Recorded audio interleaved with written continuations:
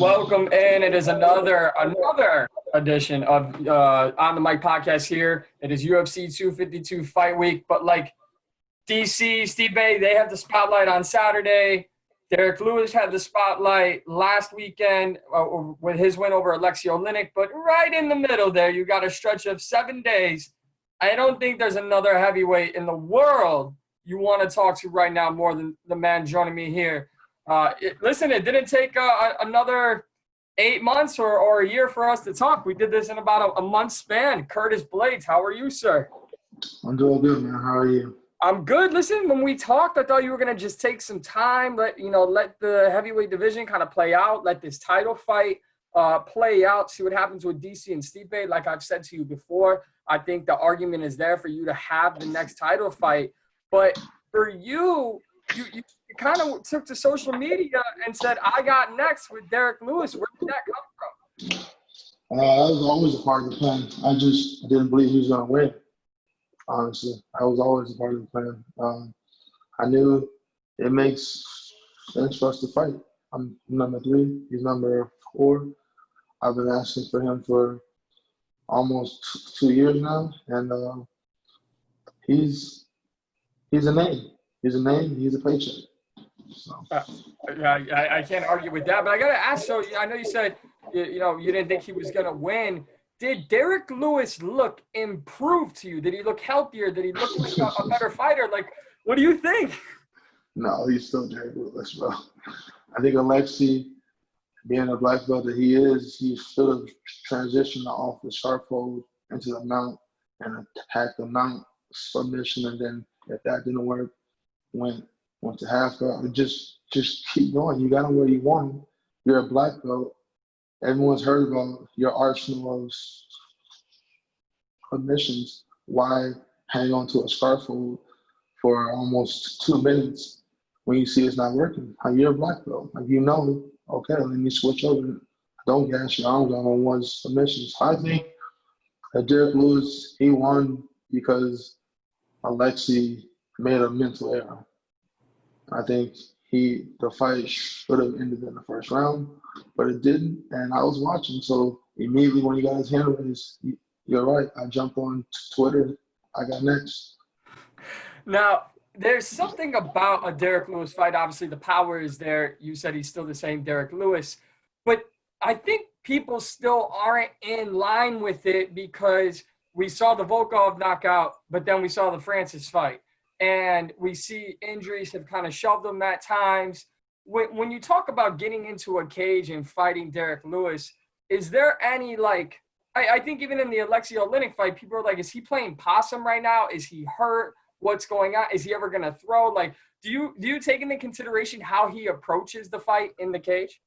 Oh, yeah. He's lazy. And he's said in a bunch of interviews, he doesn't view himself as a mixed martial artist.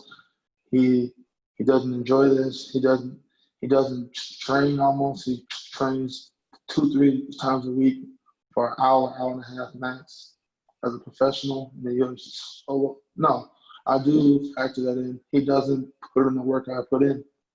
Like, he beat Volkov after Volkov was kicking his ass for 14 minutes and 55 seconds, and he got lucky. Okay, I mean, for a guy who has as much fandom and push on the UFC, he's lost a lot of rounds. I can go back to he got beat by Mark Hunt, a guy I beat, by the way. He got put away. Junior, he was losing that round. Even if it had gotten out of that round, he was losing.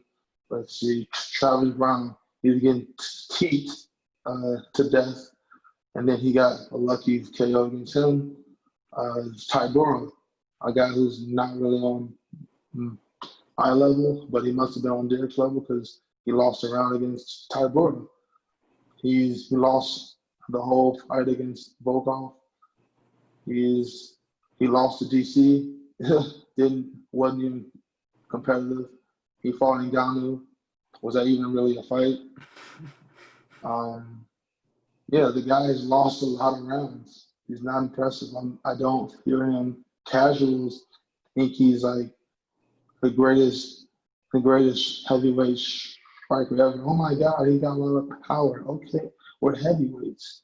Anyone over 240 pounds is going to hit hard. Now, yes, he hits very hard, but our skulls are all the same. I don't have to hit like a truck to put him on his butt. And I have other avenues to victory. I don't have to just strike.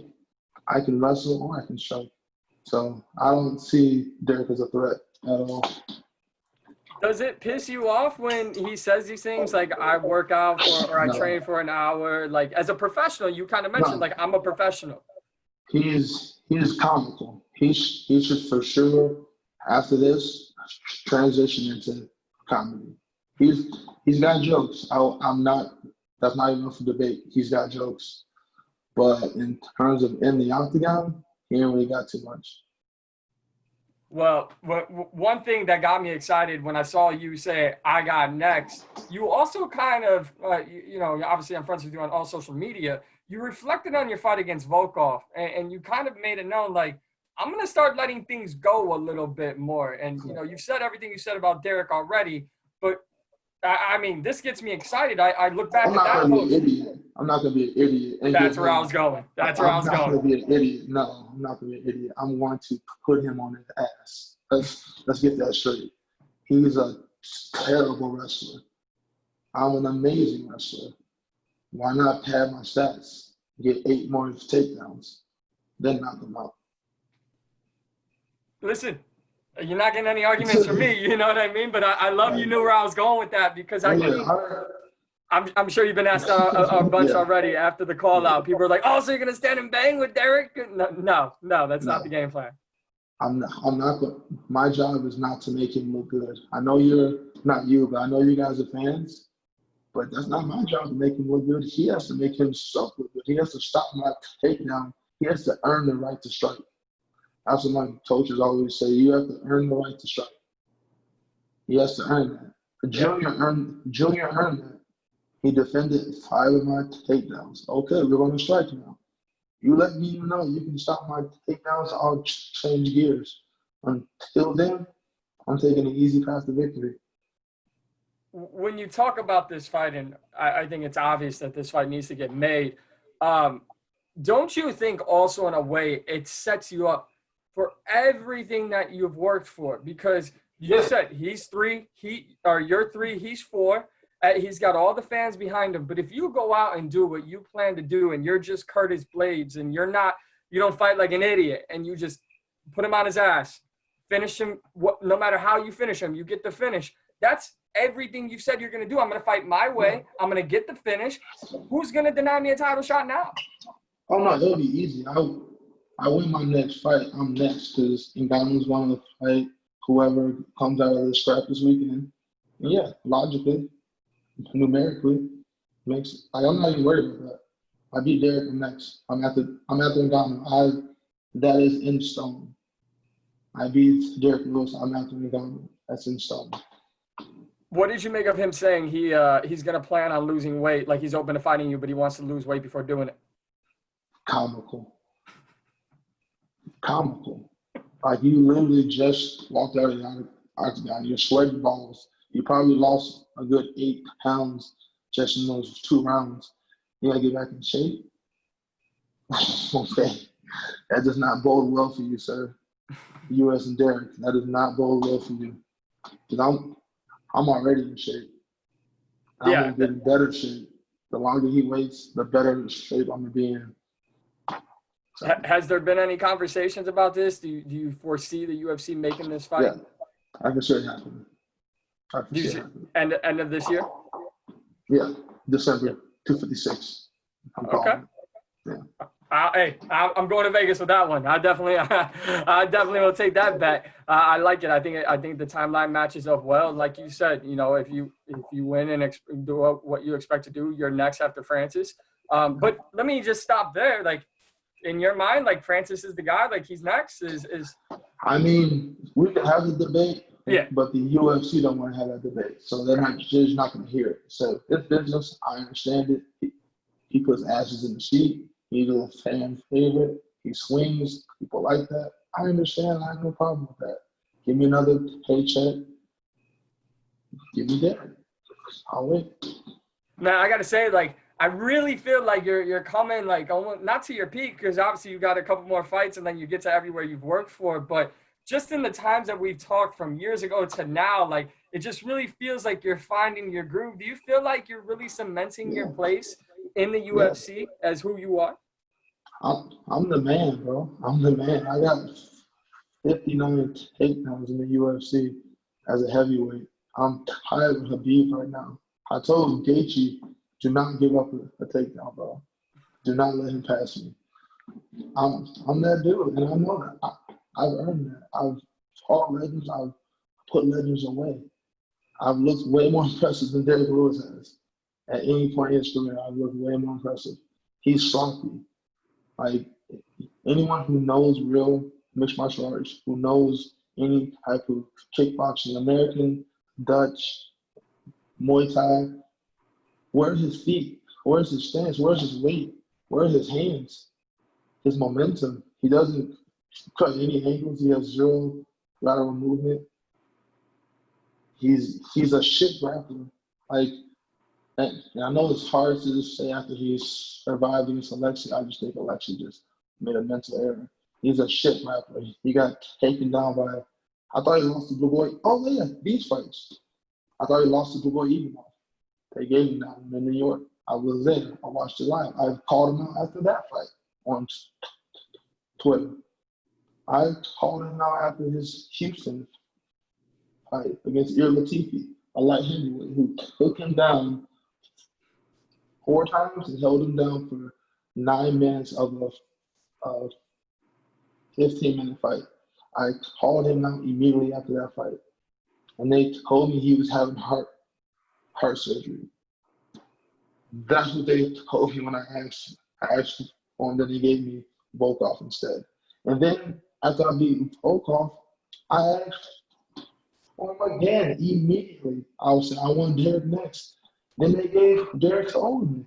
I'm like, bro, they are hiding him from me because they know he's only good to them if he can give his post-fight victory speeches. He fights me, there is no post-fight victory speech. They're going to your cash cow. They're going to your views. And I understand it's a business thing. You want to keep him going as long as you can, but eventually that train must stop. Now, I'm thinking very far down the line here, but just kind of play hypothetical with me if you don't mind. We'll talk about the main event here in a moment, but Stipe DC, UFC 252, you said the winner gets Francis. Let's say Francis becomes heavyweight champion. You fight Derrick Lewis, you get the W. And again, I don't mean this in any disrespectful way. I know the first 2 have not gone your way, but isn't this wouldn't that be the perfect setup for you to right those wrongs? Francis as the heavyweight guy, everyone's scared of him. DC or Stipe are no longer the champ. Isn't this the perfect setup? I've envisioned this years ago on the fight home from Beijing. I'd already envisioned it. I knew we'd run into each other again because I'm only 5 years younger than him, so I'm gonna be here for longer than he is. So I knew we'd fight again, and I knew most likely he'd get a crack at the title before me, and I would eventually be the one to usurp him. I've already envisioned this. I'm big into visualization. I got that from one of my favorite football players, Russell Wilson. He's real big into visualization. He visualizes marriage with Sierra. He visualized the Super Bowl. He visualized Hall of Fame. I visualize. I see myself getting the belt. I see myself putting the belt around my daughter's waist. I see the after party. I see my dad's tears over there. I've already envisioned this countless times. That's amazing. You kind of got me right there, man. We got to get Russell Wilson at that fight when it happens. We got to make that happen. But so UFC 252 this weekend, and again, it's kind of like we're opening the gates in the heavyweight division. I know obviously Derrick and Alexi really got heavyweights talking because it's happening right before this big title fight. What do you make of this weekend? I mean, there's so many thoughts. Dana White said him and Joe Rogan were on the phone for over an hour just geeking out about this weekend. And when you look at how the first two fights played out, like just how good of a fight is this trilogy? I don't see it going. I don't see it being like a contender for fight of the year. I think Stipe's going to win. I think he puts him away in the third round or something. I think he realizes the body work he did last fight that worked. Let me go to that well even earlier so I can put him away even faster. What do these two guys individually mean in your minds to your division? Obviously, Stipe most heavyweight title defenses. DC's a two-weight champion. He's done so much. He's Strikeforce heavyweight champion. When you look at what these two guys are as heavyweights, what do you make of them in the division and the legacy of this division? These are the best of the best. This is who we want to represent. We don't want the Tims, Ilvias, and the Andres. We want to represent.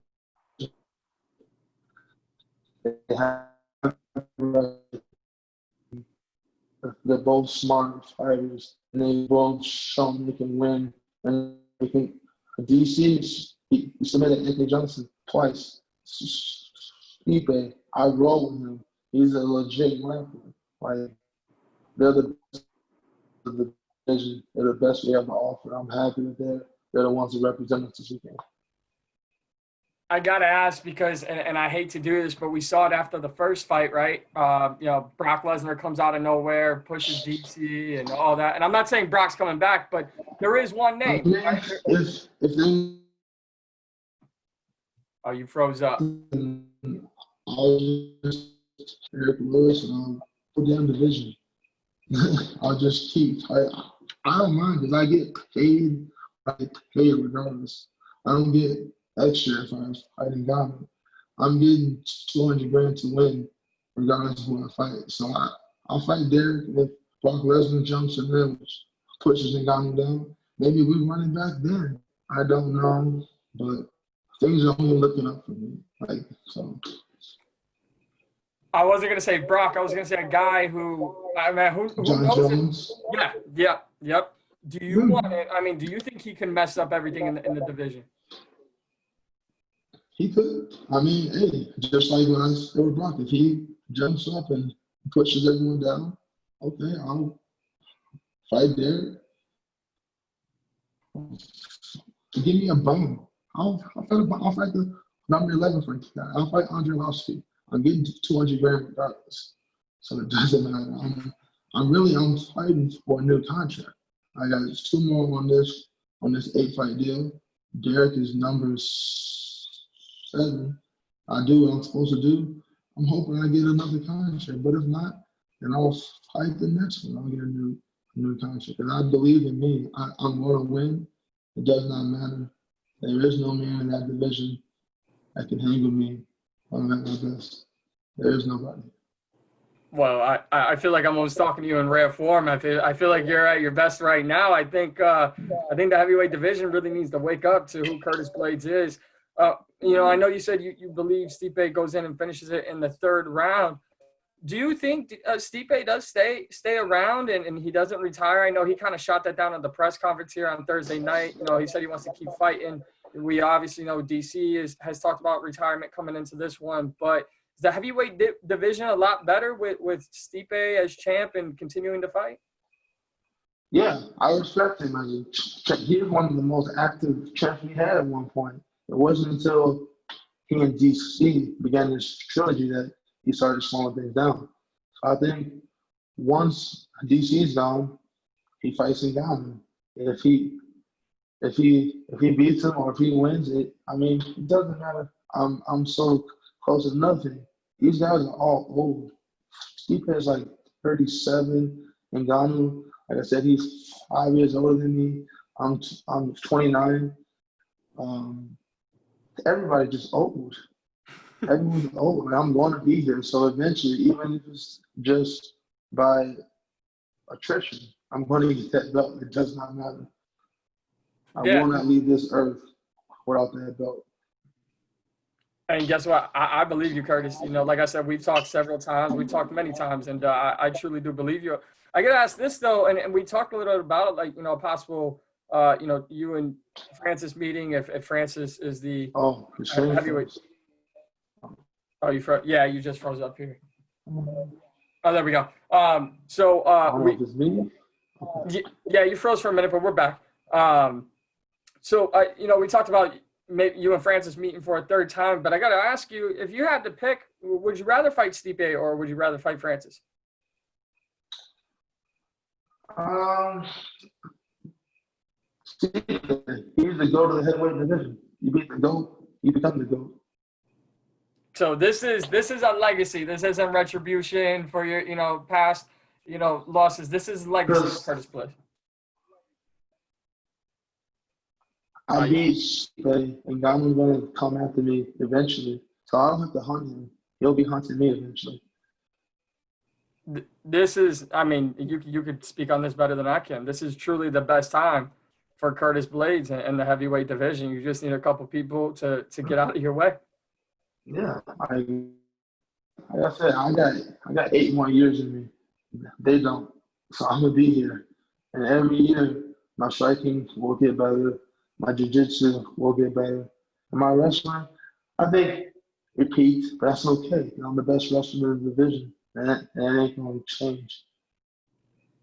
Now, I know I've talked to you about this before, but what is it, and maybe we can finally make the fans wake up if I just ask so bluntly, why is it that Khabib, who's well known as a grappler and a wrestler, gets all this fanfare? And I obviously understand he comes from Dagestan and they have a huge following over there, but you are a superior wrestler over everybody else in your division, just like he is. But he's got all this fanfare and love, and people love to see him fight, but you get disrespected. You don't have people, I mean, you have fans, but you're not getting the push from the UFC that you deserve. Why is that? Because you're a heavyweight and they want to see you guys knock each other out? Yeah, that's exactly why. It's a blood sport, and these fans, they don't give a damn about my brain. They don't give a damn about C's, ETE. They don't give a damn that I'm only making 200 grand to risk C's, ETE. They don't care. So at this point, I don't care. The UFC, they don't have to push me. So I'll get the belt, and that's the push right there. Everyone wants to know, who's this guy? Even if you don't like me. Oh, fucking Curtis got the belt. You know my name, though. You know my name. You don't like me, but you know my name. And I don't know yours. So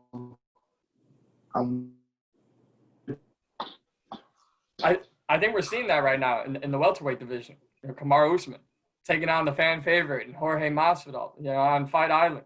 People are like, oh, we want Masvidal, a 5-second knockout. This is our guy, tequila, all this, 6 days notice. And he just did what – and I thought – listen, we all thought it was going to be a war, like Colby Covington fight. But no, Kamaru just went out and did what he had to do, and you agree with that, right? Yeah, and going back to the Kobe fight, I don't know why he did that. He could have just out-wrestled him. Like, yeah, everyone's like, oh, it's a big fight. How much money? The damage, it's damage. Why am I taking all that damage? It'd be different if the UFC would jump your purse by like 50 grand every time you got knocked out. Then I might hunt the knockout. But what's the incentive? Right. The fan approval? I could give a damn. I don't want to pay bills with fan approval. I can give a damn what fans think about me, man. I don't care, man. Like, it's cool to be appreciated, but it's even better to get the win bonus. I got to get your thoughts. Recently, earlier in August or late July, we had a fight card where I think 5 fights dropped out. We had someone faint in the back, and I'm not saying it's all related to head trauma, but what I am saying is fighters are taking fights regardless of their pre-existing health through camp because they need to fight. They need to make money. Is this kind of what you're hitting exactly on the head when you talk about it? Yeah, if guys if guys were more financially stable, or if they had the opportunity to become more financially stable quicker, I think just like in the NFL, you see how a lot of guys retire early. Why? Because they get in the bag real early. These are first, second round draft picks. They're like, shit, I already got 18 million. I'm good. Like, you would see a lot more of that. You wouldn't see fighters hanging on until they're 41, 42. Because I don't hear that, oh, I love this shit. No, your bank account loves this. You're used to living a lifestyle that you have to support now. That's why I live a Spartan-esque lifestyle. Because I know this money ain't forever. I don't got a bunch of fancy whips. I don't have one fancy whip. I have a normal whip. I live in a normal house. I could probably ball out, but why? Why blow my money, especially when I know the paychecks ain't gonna be that fat? And I just think it all goes back to the purses. Like if the purses were better, I think you see guys fighting better. They'd be able to eat better. They'd be able to. What do we have healthcare? You know how many injuries guys accumulate throughout a 12-week training camp, and they hobble into the cage, and if they win, or regardless, win or lose, they just blame all the injuries on the fight, and they have the UFC pay for them. But why do you have to hobble into the fight? Why can't we get those bumps and bruises taken care of, so then you get a better product? Imagine if NFL players didn't have health and they just hobbled into every game. You wouldn't have guys with 12-year careers. You wouldn't have the Aaron Donalds, the J.J. Watts, and I know Antonio Brown has been wild, but you wouldn't have those guys. You wouldn't have them if they didn't have health care. Like, we're doing a collision sport with no health care. Just think about that. You're absolutely right. It is crazy. It is crazy, and I think it's something that's not talked about. I think you make a really good point, and I want to echo what you just said, because I think fans will, and people who watch this will gloss over it. You fighters go through camp, get injured, and it's not talked about, because then people are going to come up with their own narrative before you step into the cage, and then after the fight, you have to document injuries that were already pre-existing in order for them to get taken care of because the healthcare is not in place. That, everyone out there, is the number one red flag outside of fighter salaries. Like, how is that a thing? Like, and I love you fighters. How crazy is that? I go into every fight 80%. I have yet to enter a fight 100%. Any fighter who says he's 100, he's lying. He or she is lying. Yeah. There's no way. There's no way. You're lying. Like, you have an achy shoulder, a bad neck, a sprained wrist, a bad knee, a bone bruise on your inner thigh. It's something hobbling you, because it always is. I watched Gaethje hobbled into his fight against Tony Ferguson. I watched it. He hurt his ribs like a month before they fight. I saw that. He hobbled into it. Props to him. He kicked ass like we knew he would, but imagine he was 100%. Imagine that, Gaethje. That's a scary motherfucker. Wouldn't you want that as your product, like a scarier Gaethje? I didn't even know that existed. I didn't even know that existed. Real quick, I don't want to keep it too much longer, but what do you make of Justin Gaethje fighting Khabib later this year, and how do you see that fight playing out? I think it's the biggest fight. This is the biggest fight since Khabib McGregor. I know it was only 2 years ago, but this is a big fight. This is a big fight. And honestly, I think it's gonna be a battle. Blaydes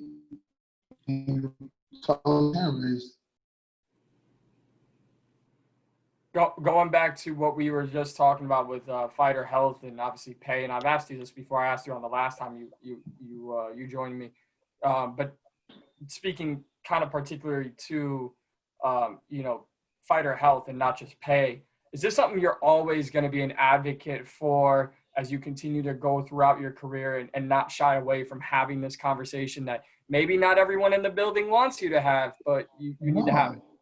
It needs to be said. Like, we shouldn't have to beg for what's right. It's what's right.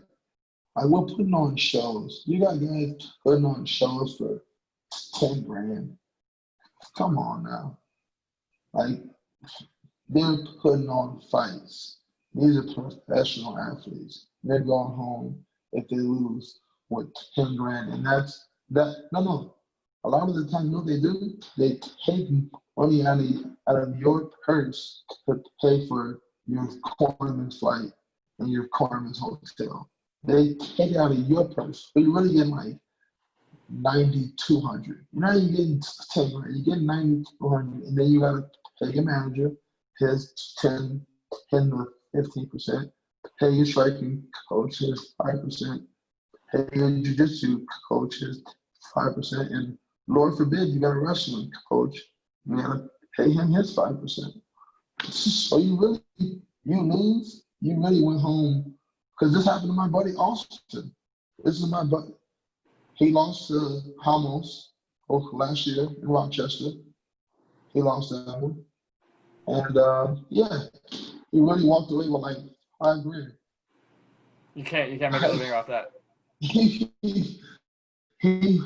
put on a fight where a world-class jiu-jitsu artist put on a show and display on the main card, and he walked away. Yeah, he lost, but I think even a loser should go home with minimum, even on your rookie contract. I mean, your debut contract, you should at least go home even with an L, 25 grand. So you can go home and get better. You can go home and not have to worry about, man, I gotta pay for this, I gotta pay for my daughter's daycare, I gotta pay. You shouldn't have to worry about that. Like, you try to be the best in the world. You should be able to focus on getting 1% better every day. You can't do that if you worry about all these other outside things. Yeah, and I think that's a message people can relate to all over the world in any facet of life, in any job that they have. If you're worried financially or internally or mental health wise about other things outside of what you signed up to do, the job you went for, you're never going to get better because you're focused on all the external and you're not focused on your internal. So I think you're absolutely right.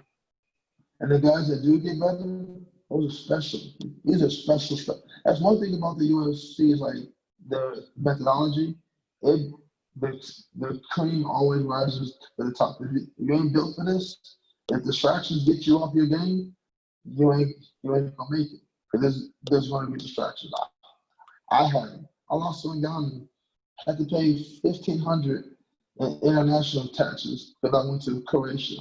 On top of the taxes I pay here in the States, on top of my manager, who was a scumbag back then, he was taking 20% on top of my 2 coaches. I walked away with like 4 grand. After we lost, like how am I supposed to get better? I moved here to Denver with $1 grand. I moved here in June. I lost to Ghana in April. I moved here with $1 grand. And I made it work. I made it happen. That's because I'm special though. Yeah. There's a lot of good athletes who could be good also. They didn't have these outside interferences.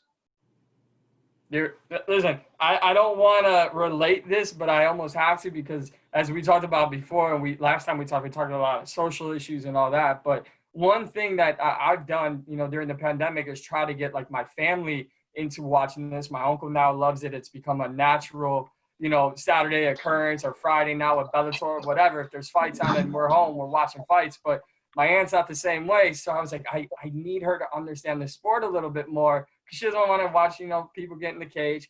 So I turned her on to something that I watched last month. I binge watched Kingdom because I didn't watch it when it was out. And then I had her watching and she goes, why is this a thing? Why are there so many people in this sport and they're killing themselves before they even get into the cage? And they have all these outside factors. And I understand it's a TV show and it's Hollywood scripted, but man, if anyone has seen that show, there's a lot of truth in it. I'm not saying everyone has drug addictions in their families and they're trying to take care of them, but making There's weight on, struggles. There's struggles. dropping 8 pounds in a day, that's real. Fighting with an injury, that's real. Sometimes there are negative influences around addiction, self-addiction, whatever. And it's just crazy that, like, we got to have a TV show explain what the sport is sometimes. Yeah, I mean, a lot of people are casuals, and that's not their fault. I don't mean that in a derogatory term. They're casuals because they haven't invested the time and energy into like really engrossing themselves into the sport and into learning about the athletes. Like NFL, we know everything about these guys. We know what high school they went to, how many reps they did on the bench press in high school. Like we know everything about them. And same with basketball, because guys are getting scouted when they're 11 years old. They're popping up on YouTube and Sports Center. It's just a lot of people haven't had the opportunity to be exposed to this. Because you have to, it starts with you having a friend or a family member who's involved. Like, before I got involved, I was a casual. I really didn't watch. I knew about Cain Velasquez. I knew about John Jones. Only because they wrestled. This is back in like '09, when I was in high school and then while I was in college. I really didn't want to watch, so I started doing it in 2012. So a lot of people are like that. They have to have someone that they care about doing this. And a lot of people are not trying to do this. Yeah, no, and I think two things on that. One is, it's hard to get started. You just mentioned football and basketball. We've got, ballislife.com and all these, basketball websites that follow these kids and they give them the exposure. It's hard to get exposure. You're talking about UFC athletes. I don't even want to have the conversation what amateur fighters are making, if they're making anything, or young professional fighters, what they're making. Hard to get exposure or hard to focus on anything if that's what you're going through. And then on the flip side, I got to credit. You have to be built for this. Yeah. And I got to give credit to Joe Rogan. There's an old bit he has in one of his stand-ups where he's, talking about Kardashians and football. And he said if aliens came down to planet Earth and we explained football, we would just be like, if this team takes the ball over that side of the line, we get really excited. But if the other team stops us, we get really sad. And I think that's and I'm paraphrasing that line. I don't mean to, F up his joke, but, in fighting and even with my family and sometimes friends, or if you go out to a bar and you're watching fights with casual fans, people are like, well, why doesn't he hit him there? And why can't he kick him there? You don't know the sport. There's so much to learn about it. But they don't want to take the time to like understand. They don't know. Half the people at Vito's this weekend watching the fights, they don't know what a sprawl is. They don't know what an Eminari roll is. They don't know what an anaconda choke is. They don't know what a Kimura is. They don't know grappling. That's why they hate watching. They're like, what is this? Oh, they know this. That's all they know. That's all they know, because they know boxing. And they think this is boxing. And this ain't that. But they think, oh, this is boxing just with smaller gloves.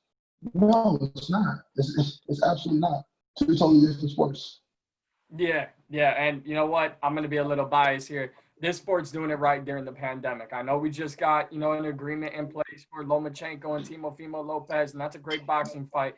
But, man, I could run down the line since June.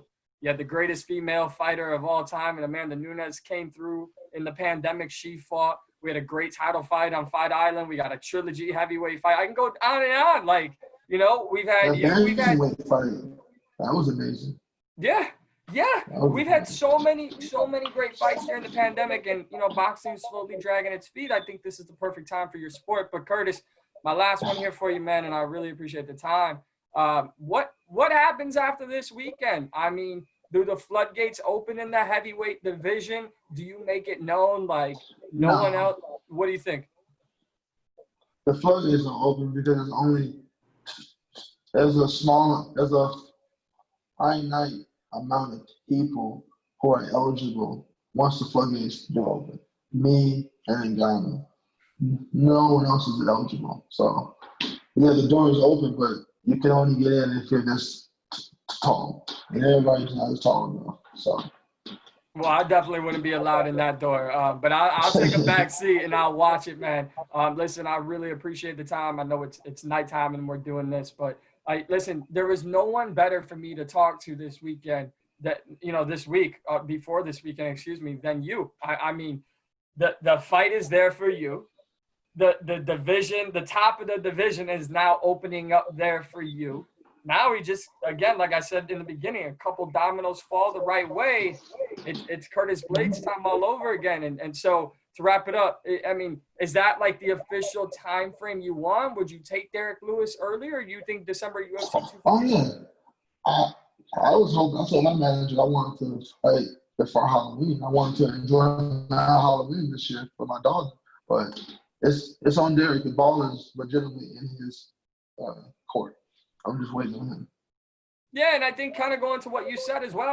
Listen, I get it, right? I mean, you just fought not too long ago, and if you can get this fight in, which would cement your place in the division and put you in line for the next title shot, I mean, why wouldn't you want to fight in October? Enjoy your Halloween, enjoy your holidays, your Thanksgiving, your Christmas.